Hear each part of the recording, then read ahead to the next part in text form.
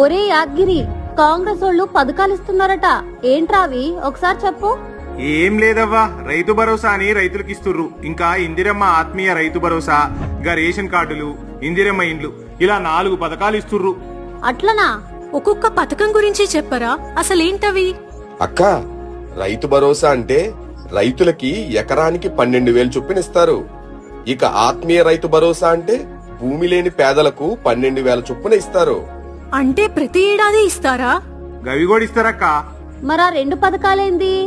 అవి రైతులవి, ఇవి పబ్లిక్వి అన్నట్టు. ఏంట్రా అవి? ఇక తెల్ల రేషన్ కార్డులే, ఇవి కూడా తెలీదు. తెలుసులేరా, అందరికిస్తారా? ఇక మనకి అన్ని అర్హతలుంటే తప్పకుండా ఇస్తారట. మరి కొత్తగా పెళ్ళైన నా బిడ్డకొస్తుందా? తప్పకుండా వస్తుంది. అందుకే కదా గ్రామ సభలెట్టేది. మరి 4వదేందిరా? ఇందిరమ్మ ఇల్లే. అది నాకెందుకు తెలియదు? ఆ మహాతల్లి పేరు పెట్టిండ్రు, అందులోనే కదా నేనుండేది. అదే ఇప్పుడు ఇళ్ళు లేనోళ్ళందరికీ ఇస్తున్నారంట.